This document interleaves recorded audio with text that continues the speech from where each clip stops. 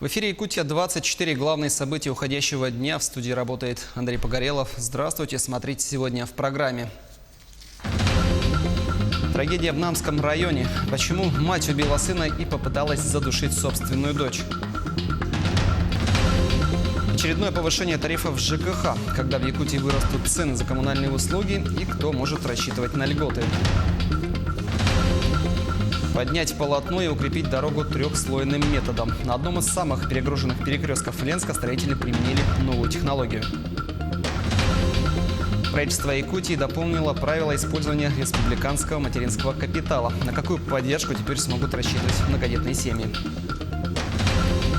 Прикоснуться к уникальным артефактам. Случайная находка якутских ученых обернулась сенсационным открытием. Нашествие насекомых и аномальные осадки. В Покровске местные жители не знают, как бороться с полчищами гусениц, в то время как алданцы наблюдали за летним градом.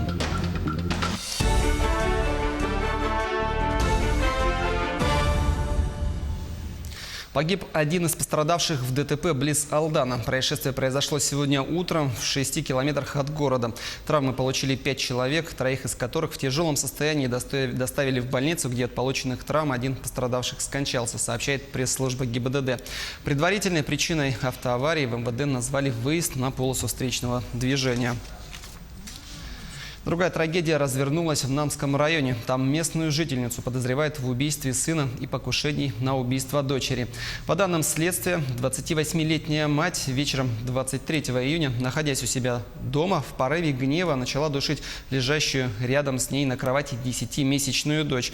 После того, как девочка перестала подавать признаки жизни, женщина взяла на кухне нож и нанесла спящему 5-летнему сыну один удар в спину, отчего мальчик скончался на месте, говорится в сообщении Следственного комитета. От шума проснулся и закричал пожилой отец женщины. В дом забежал ее брат, который вызвал медработников. Девочку доставили в больницу. В настоящее время ее жизни ничего не угрожает.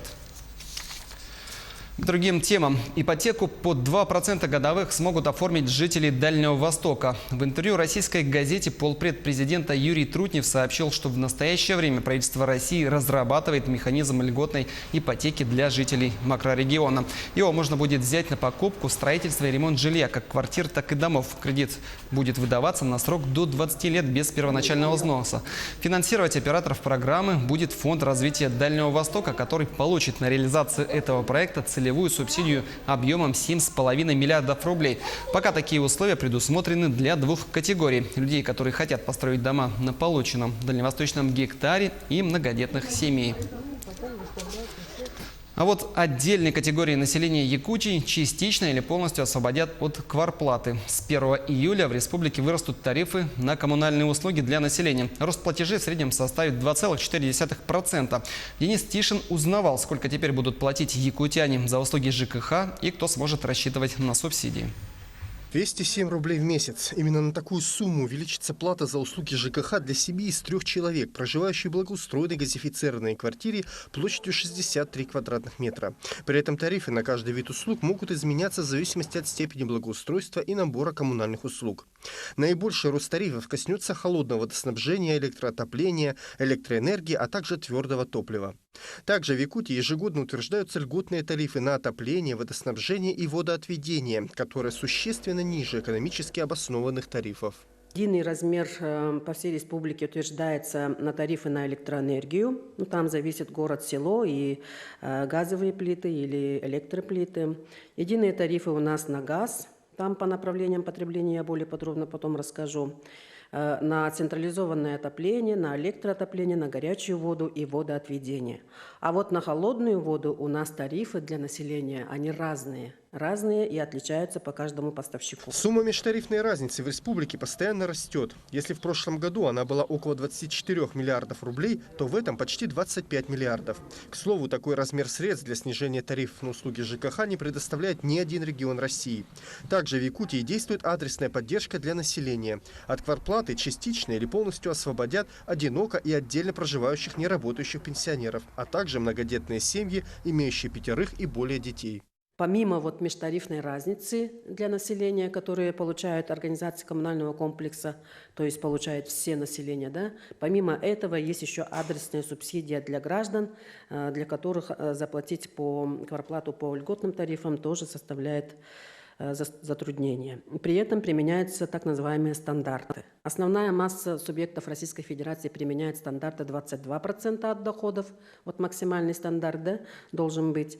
Мы этот стандарт снизили в свое время до 15%. По данным Государственного комитета по ценовой политике Якутии, в республике ежегодно отмечается снижение темпов роста тарифов. Наш регион по-прежнему занимает второе место после Приморского края по самому низкому размеру платы за жилищно-коммунальные услуги для населения. Денис Тишин и Григорий Охлопков, Якутск. А для того, чтобы не стоять в очереди на оплату за коммунальные услуги, в Нерюнгри система распознавания голоса поможет горожанам передавать показания приборов ЖКХ. Новый сервис должен оптимизировать дистанционное обслуживание. Он работает круглосуточно в период с 20 по 25 число каждого месяца. Для передачи показаний клиенту нужно позвонить по телефону контакт-центра Дальневосточной энергетической компании, перевести телефон в тональный режим и выбрать пункт, предложенный голосовым информатором. Затем, следуя инструкциям голосового меню, продиктовать номер лицевого счета и подтвердить свой адрес, озвучить текущие показания или сказать «пропустить» для передачи показаний по другому счетчику. Если они будут меньше, нежели уже принятые к расчетам, то система запросит повторную передачу показаний. И потребитель может ошибиться. Если он ошибся, он может сделать повторный звонок и передать правильные показания приборов учета электроэнергии и воды. Кроме этого, если система может не распознать по каким-либо причинам голос нашего потребителя, тогда она самостоятельно переключит его на оператора контакт-центра, и он уже в телефонном разговоре передаст свои показания. На одном из самых перегруженных перекрестков Ленска строители применили новую технологию. В районе микрорайона Алроса, где продолжается ремонт, дорожники не только убрали старый асфальт, но и отсыпали всю территорию улицы Победы скальным грунтом. Затем этот участок утрамбовали многотонными катками и покрыли гравием. Вскоре на дорогу уложат асфальт, и развязка будет готова к движению. Отметим, что на данный участок улицы идет очень огромная нагрузка. По ней двигаются большие грузы с промышленных предприятий и нефтебазы, плюс личный транспорт ленчан. Поэтому строители решили поднять полотно и укрепить дорогу трехслойным методом. Ранее строительство, когда производили бетонное, да, покрытие, никто не отстреливал, никто не отмеривал, никто отметки никакие не делал. То есть там постоянно стоит вода на дорожном покрытии.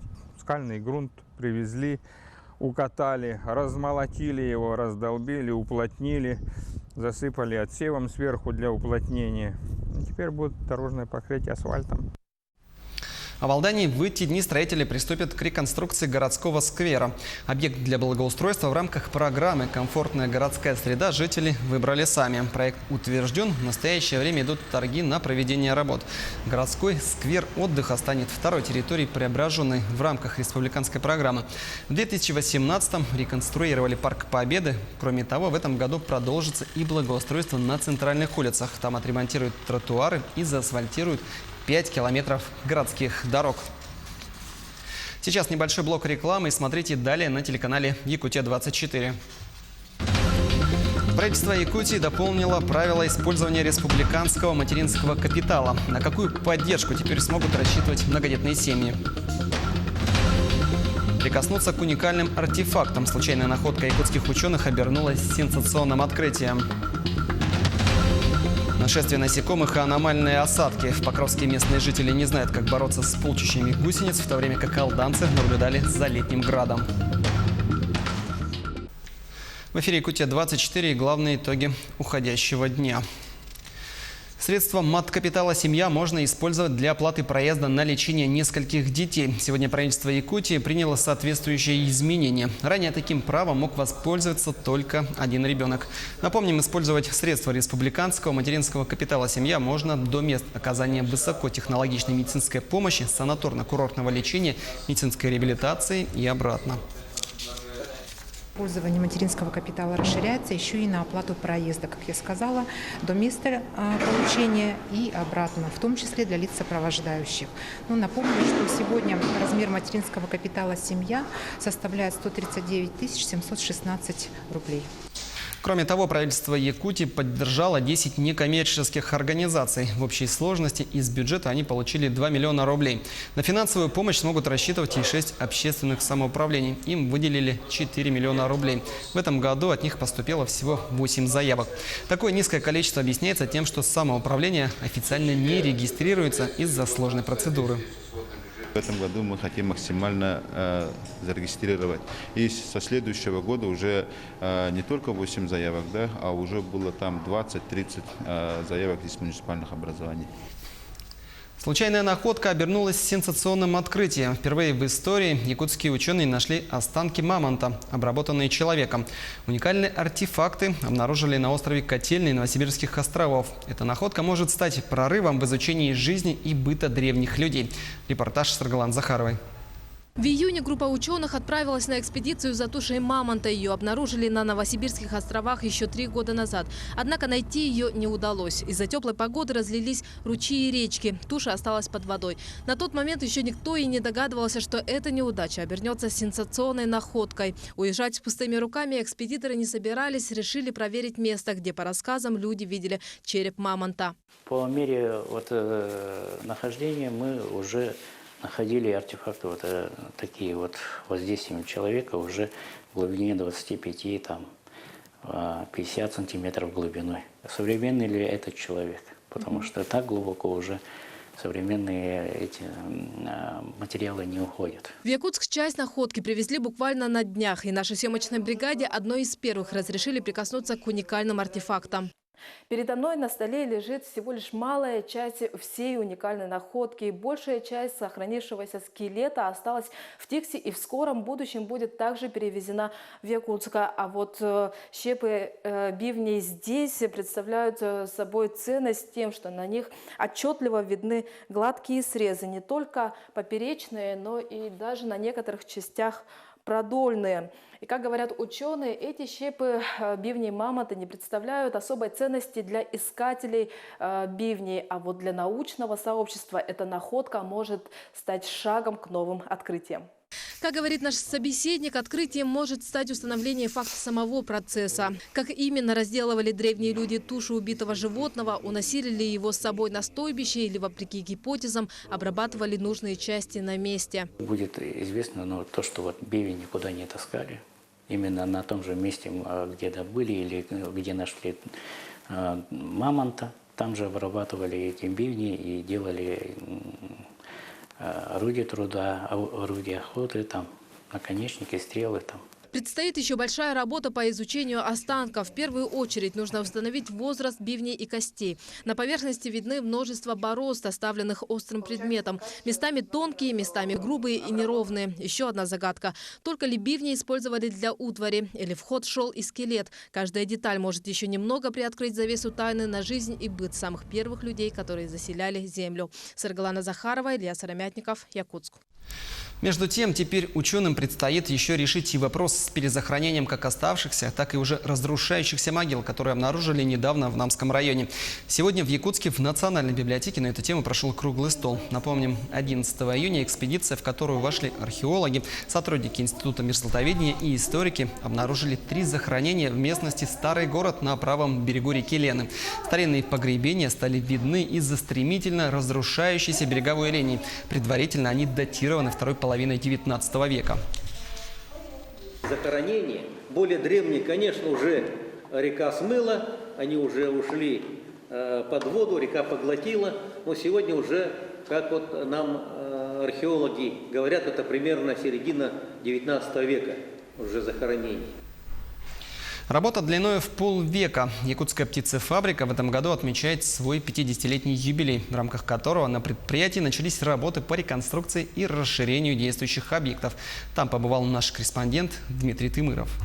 Сегодня якутская птицефабрика является одним из крупных поставщиков куриных яиц по всей территории республики. За год здесь производят более 60 миллионов яиц. Отмечая юбилейную дату, они начали производить новую категорию яиц под названием «Экстра». В основном выпускаем 18 видов категории яиц. В этом году, в 2019 году, мы получили новую категорию. Это яйца пищевые повышенного качества. В нем много витаминов. Сейчас мы находимся в сортировочном центре, где именно через эту дорожку в сутки проходит более 180 тысяч яиц. В месяц эта цифра достигает 5-6 миллионов. В будущем якутская птицефабрика собирается расширить свое производство и добавить здесь дополнительную дорожку. Тогда в сутки здесь через эту машину будут проходить более 300 тысяч яиц, и месячная норма достигнет уже 8-9 миллионов. Каждое яйцо, которое поступает, линия сама взвешивает, сама направляет по категориям. Работники на линии просто отбирают, бракуют яйцо на плохие, на хорошие. Автоматизированная машина в скором времени заработает и в рогильном цехе. Сейчас там полным ходом идут ремонтные работы. Но сейчас идет процесс установки самой каркас клетки. Как видно, уже проволоки раскидываем. Ну и потом начнем собирать вентиляцию, самое главное, да? Здесь мы будем собирать инкубационное яйцо. Если мы сейчас 20 родительское стадо содержим, то здесь у нас будет один цех, 25 тысяч голов, и будет у нас автоматизированный сбор инкубационных яиц. И это лишь часть работ по подготовке к юбилею, который они будут отмечать в декабре этого года. Напомним, якутской птицефабрике в этом году исполняется 50 лет со дня образования. Дмитрий Тымыров, Павел Пахомов, Якутск. Нашествием неизвестных насекомых, похожих на шелкопрядов, обеспокоены жители города Покровска. Первые сообщения о полчищах гусениц появились в выходные. Тревогу забили жителей даечного микрорайона Сталинка. Затем в соцсетях распространилось фото, сделанное в местности Малютка. На нем видно, как десятки волосатых гусениц облюбовали небольшое дерево, похожее на тополь. Кроме того, рыбаки также рассказали, что гусеницы съели деревья у реки и направляются в сторону лесного массива. Как нам сообщили в Хангаласском лесничестве, это не шелкопряд, а ивовая волнянка. Насекомые повреждают листья тополей, ив, осины. Наносимый ими урон может быть весьма значительным. А в Алдане местные жители сегодня также могли наблюдать аномальное явление. В самый разгар дня в городе пошел град, который зафиксировали на камеры сотни очевидцев. Подготовка к Эсэху Туймаде вышла на финальную стадию. В этом году гостей ждет насыщенная, интересная культурная программа, на которой выступят 30 творческих коллективов из Якутска и близлежащих районов. Для участников, их ожидается около 1500, и гостей всех возрастов будут работать 23 площадки. Зрители увидят более 100 программ, в том числе обрядовые, спортивные, выставочные и концертные. В этом году на торжественном открытии Эсэха Туймаде будет участвовать более 1500 человек. И 30 творческих коллективов, в основном из города Якутска, наши творческие коллективы и коллективы из Мегена Кангаласского, Татинского, Чурапчинского улусов. Репетиции наши начались с начала июня, и вот сводные репетиции со вчерашнего дня вместе с Ньюсхатым проводим уже. Далее о наиболее заметных и значимых событиях Мирнинского района расскажет моя коллега Марфирина Алексеева. Я на этом с вами прощаюсь. Не переключайтесь. В эфире новости Мирнинского района. Здравствуйте. В Мирном начали подготовку для строительства нового полигона для твердых коммунальных отходов. Действующая свалка находится в радиусе 15 километров от аэропорта в черте города. Она ежегодно доставляет много проблем горожанам. Стоит задача ввести новый полигон и закрыть старый к 4-му кварталу 2022 года. Средства уже заложены. В настоящее время ведутся подготовительные работы, которые планируется закончить к 2020 году и начать новые строительства. На прошлой неделе в рамках рабочей поездки министр экологии республики Сахамин Афанасьев посетил действующую свалку и рассмотрел проект нового полигона. Проведена работа по включению вот этого объекта в реестр свалок, которые должны быть ликвидированы. Источником финансирования является национальный проект «Экология», федеральный бюджет. Средства уже заложены. Сейчас совместно с коллегами с города Мирный мы начинаем работу по проектированию и проведению экспертиз, изыскательских работ по ликвидации вот этой свалки. В алмазной столице прошел 60-й юбилейный выпускной бал «Алмазные зори-2019». Начинается он с шествия по главным улицам столицы, продолжается концертом и заканчивается общим выпускным вальсом. В этом году в районе 22 выпускных классов, а это 465 выпускников. 43 из них награждены памятными медалями за особые успехи в учении. По традиции денежную премию главы района в размере 30 тысяч рублей получили за лучшие показатели по физической подготовке 5 ребят городских школ. На следующей неделе в Мирном стартует ленд-арт-фестиваль «Северное сияние». Флористы с разных уголков земли будут сооружать экологические арт-объекты в городском парке алмазной столицы. Все объекты будут исполнены из природного материала. Горожане смогут наблюдать за ходом работы. Также будут организованы мастер-классы и развлекательная программа. Данный проект реализуется в рамках муниципальной программы «Поддержка общественных и гражданских инициатив», который реализуется в районе уже 3-й год. Будет организован общепит, будет организована продажа изделий, которые изготовили своими руками наши мирницы. Будет очень замечательный конкурс шляпок или, будем так говорить, головных уборов для мирницев. Приходите, участвуйте, это будет интересно. А на этом пока все. До новых встреч в эфире.